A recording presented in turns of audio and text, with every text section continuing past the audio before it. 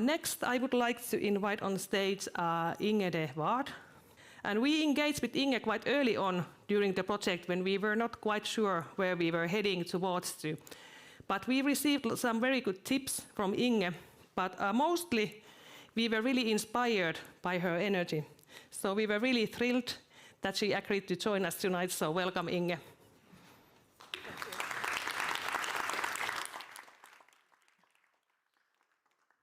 So today I will focus on sustainable leadership of European tech universities. And with this in mind, it is very easy to connect to the importance of engineers. Because engineers will make the decisions.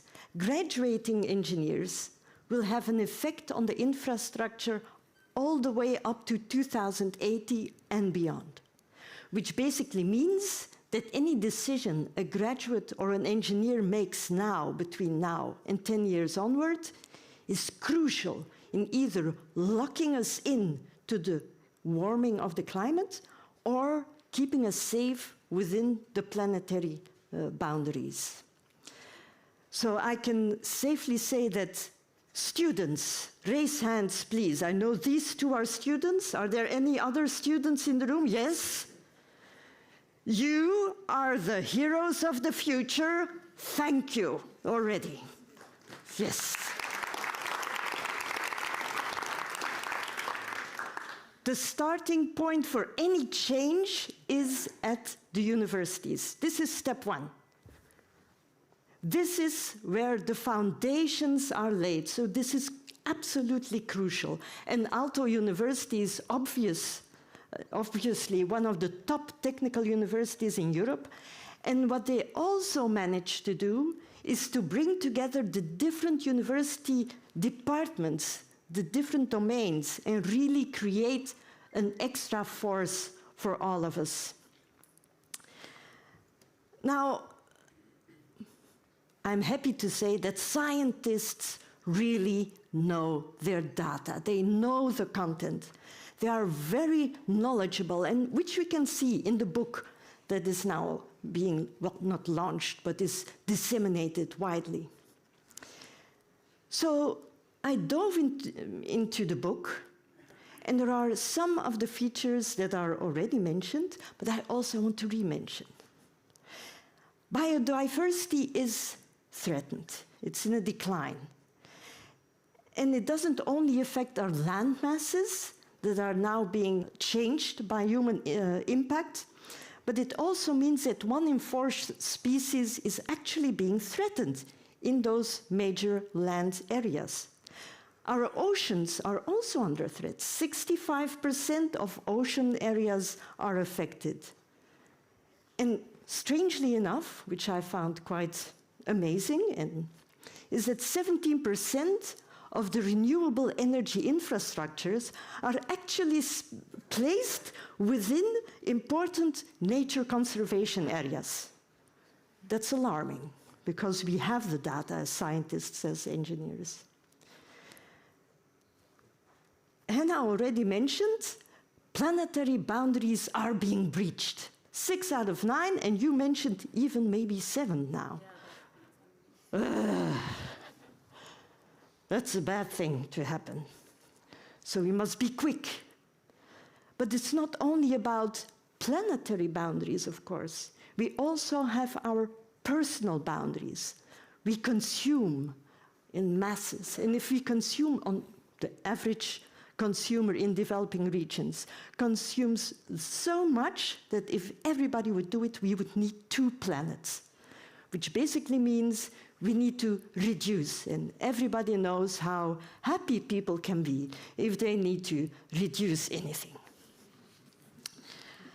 So when I was thinking about, okay, biodiversity is declining, planetary boundaries are breached, there's overconsumption, I only had one conclusion. We are doomed. Yes, let's just go outside, do whatever we like, because there is no hope whatsoever. And then the book comes out.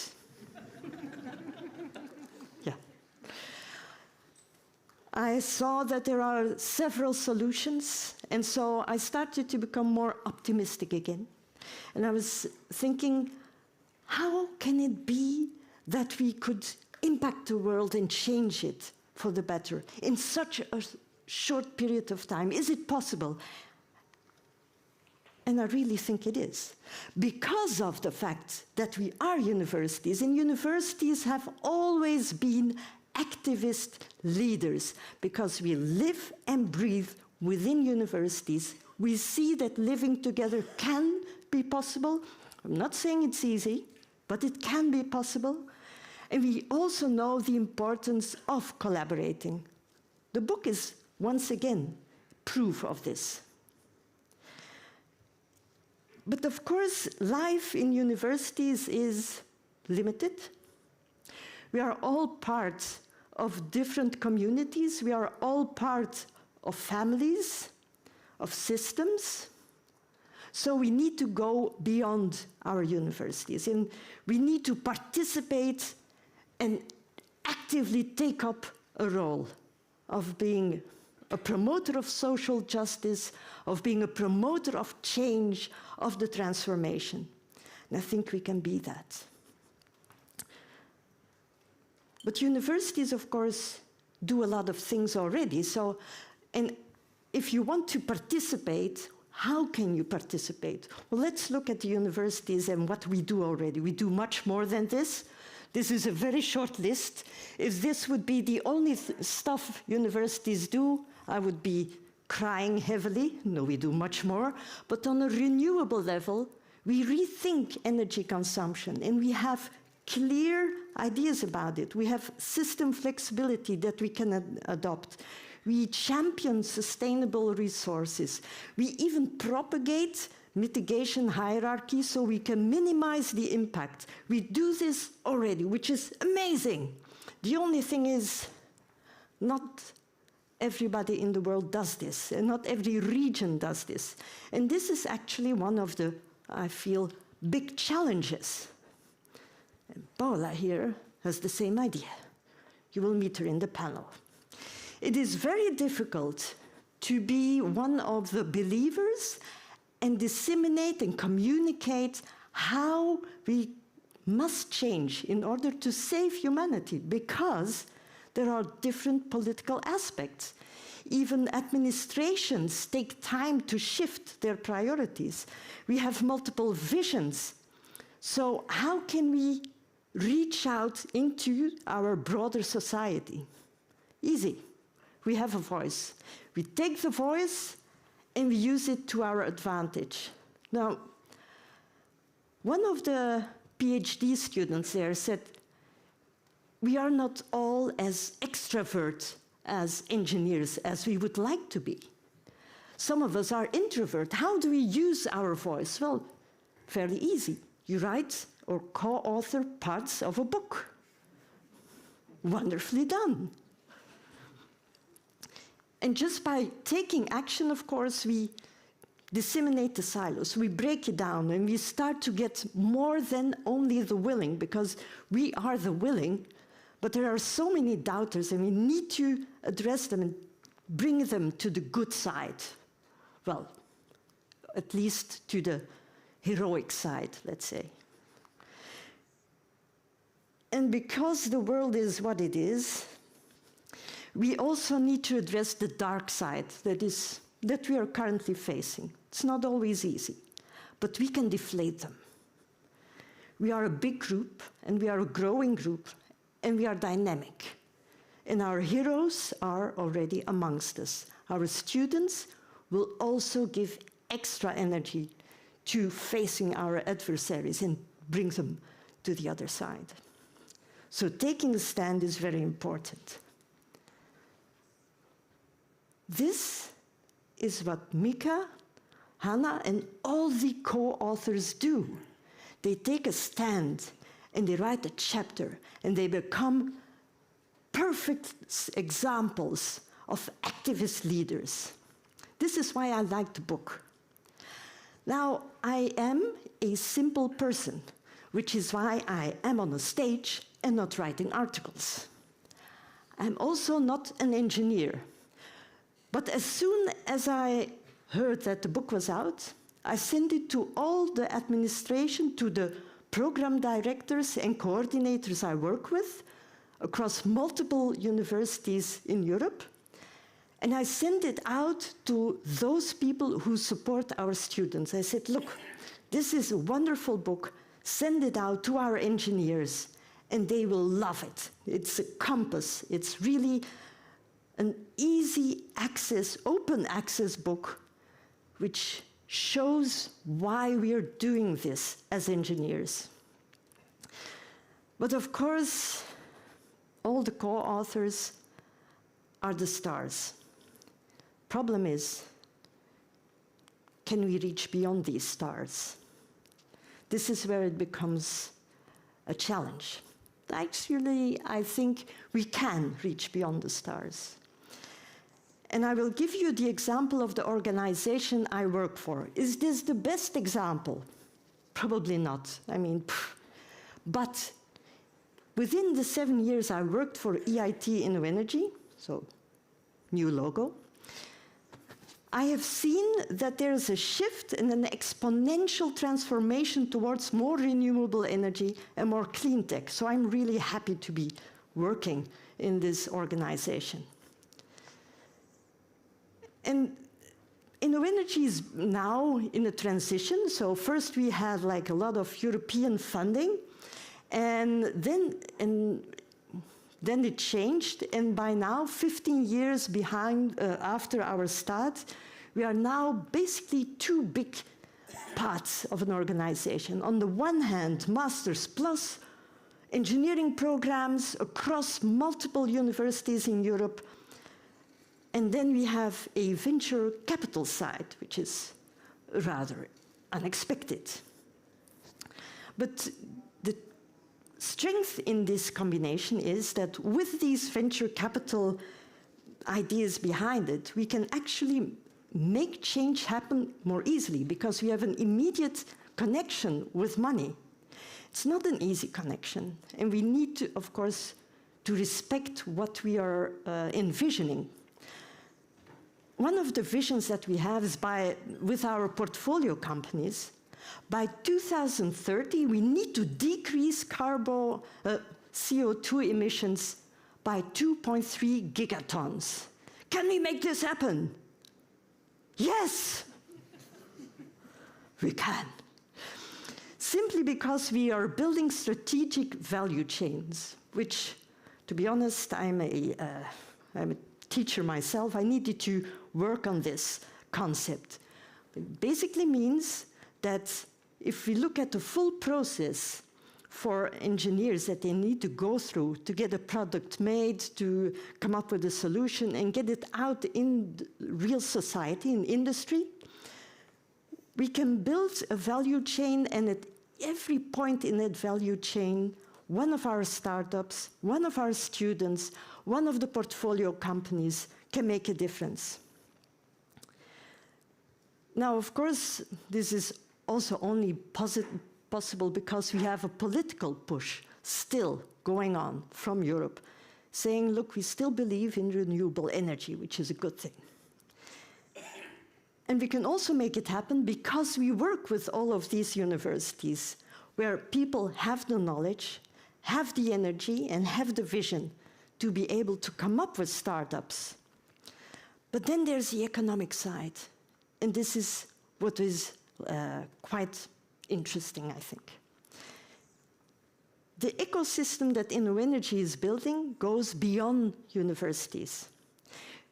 What we do is we analyze companies with lots of money, but we analyze them and look whether they are promoting SDGs, whether they are honoring ESGs, whether they are really committed to make a change towards a safer planetary boundary as such.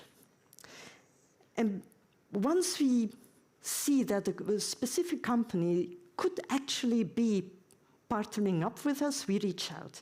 And we say, look, we have the students, just like all of your universities do. You say, look, we have students, they have a fabulous startup, Please invest in these students and let them grow to become unicorns, to become early-stage companies that really make a difference. And this is where the venture capital comes in, because any innovation, we know this, costs a lot of money. And we need the money in order to make the shift happen. It's not only about creating heroic engineers. It's about enabling them to make their innovations. But this is abstract. A venture capital, I mean, it's not that abstract if you see the students behind this. If you see the students that actually take the stage and become a public figure due to their diligence and due to their energy. And so in June 2025, 3 of our alumni were featured in Forbes 30 Under 30. And we were happy once again because we like this sort of thing. This is an inspiration for each one working in InnoEnergy. So I think there's something possible with finance, with universities, and really coming together as a society within societies that can make change happen. And it's thanks to the leadership, the sustainable leadership of all of our technical universities. We make things happen already. We transform our society already. We add to the planetary well-being. We are, in a sense, actively promoting the consciousness so that we can have a future, nevertheless. So I am very honored that Mika and Hannah asked me to talk. And I'm also very honored to read the book. And at home, I have a very critical partner, like, difficult one. But I love her, yes, yes. But so when I said with full energy, because I am enthusiastic, when I talked about the book, I showed the PDF, I sent it to her and I said, look, read this. She said, oh, come on, it's purely academic. I'm not going to read the book. And I was absolutely devastated, because here goes my enthusiasm. And then I said, no. It will make a difference, and it will make a difference in my family. I know this. So what I did, I took the book, I made a simplified version of it, without the equations, you know, simple family. And I sent it to my mother, and I said, look, this is the full book. My mother loves philosophy, not that much engineering equations. So I said, look, this book. And I send you a simplified version. There's no excuse. You need to at least read the simplified version. And she actually did. And a couple of weeks ago, I kid you not, I call her once a week. I'm a very warm family, once a week a call. And she told me, look, I read it. It's interesting. From now on, I will be vegan 4 days a week. But the other 3 days I won't. But 4 days a week she will. So there's already an action, and she's going to become 80 in January. So change is possible and is happening thanks to all of the co-authors' book. So I want to thank you all and congratulate all of you once again. Thank you.